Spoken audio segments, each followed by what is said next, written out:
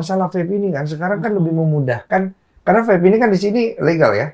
Kan siapa yang mau pergi ngecek tuh? Banyak kan. betul. Itu dia. Dan baunya, sorry ya, kalau kayak THC yang aku tahu itu, ini sependengaranku itu tidak berbau seperti ganja. Ya. Jadi nyaru baunya, Iya. ibaratnya kan. Cuma efeknya sama gitu, bahkan lebih keras katanya.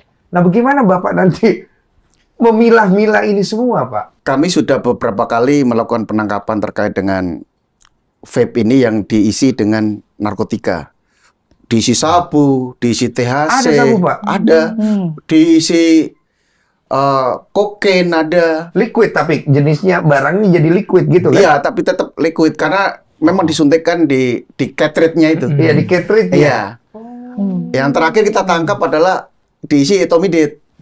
Kemarin Di berapa? apartemen Sudirman itu kita dapat tangkapan 5 liter dengan cartridge 3.000 cartridge vape Tuh. Oh, dia bandar. yang akan disalahgunakan, akan dijual rata-rata 6 juta per piece. per satu Per satu cartridge-nya. Tapi satu gitu dia bisa jual 6 juta, dia untung banyak 6 dong. juta sampai 8 juta, Bang. Oh. Maaf ya, jadi ada beberapa juga informasi yang sampai ke Doktif. Itu satu tuh bisa diangkat sampai bahkan sampai kalau kualitasnya bagus tuh bisa sampai 10 juta. Oh. Untuk satu cartridge. Jadi ada Nah. pemainnya. Ah, Iya. Betul. Dan itu vape itu bisa menyebabkan yang namanya popcorn lung.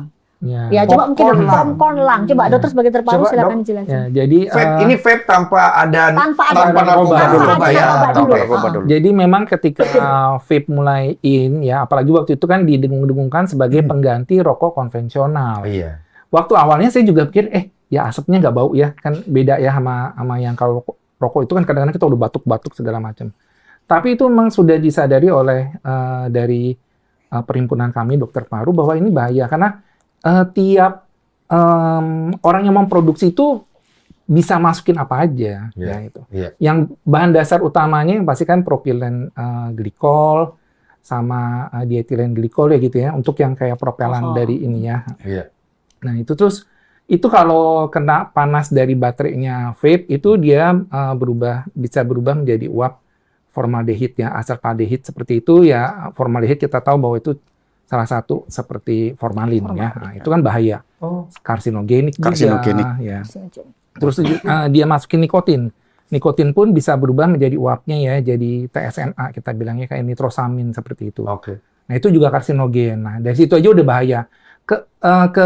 Keuntungannya dibandingkan dengan rokok konvensional adalah cuman dia tidak mengandung tar. Tar, Iya. ya. Nah, Betul. tar itu yang lengket-lengket coklatnya. Kadang-kadang kalau rokok ini kan suka ada di sini ya, di Iya. tangan, di bibir juga berubah jadi ini ya, itu Iya, tar. hitam, Tapi kalau di iya. sini enggak. Tapi untuk kadar nikotinnya itu nggak ada yang bisa nilai karena tiap produksi itu beda-beda. Iya. Itu makanya kita di situ udah ngasih awareness ya, Iya. perhatian bahwa ini bukan pengganti rokok konvensional, bahkan ini bisa lebih berbahaya. Oh, malah bisa Iya. grade-nya bisa lebih berbahaya Iya. daripada rokok Betul. konvensional Iya. gitu.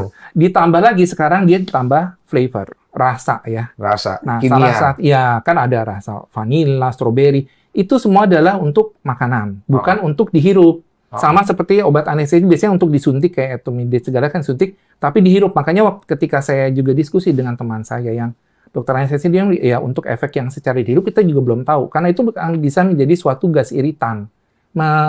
Mengiritasi saluran nafas. Oke. Seperti itu. Nah, mengapa yang dari vape itu bisa jadi popcorn lung? Itu karena salah satu dulu dikasih ininya adalah diasetil. Diasetil itu biasanya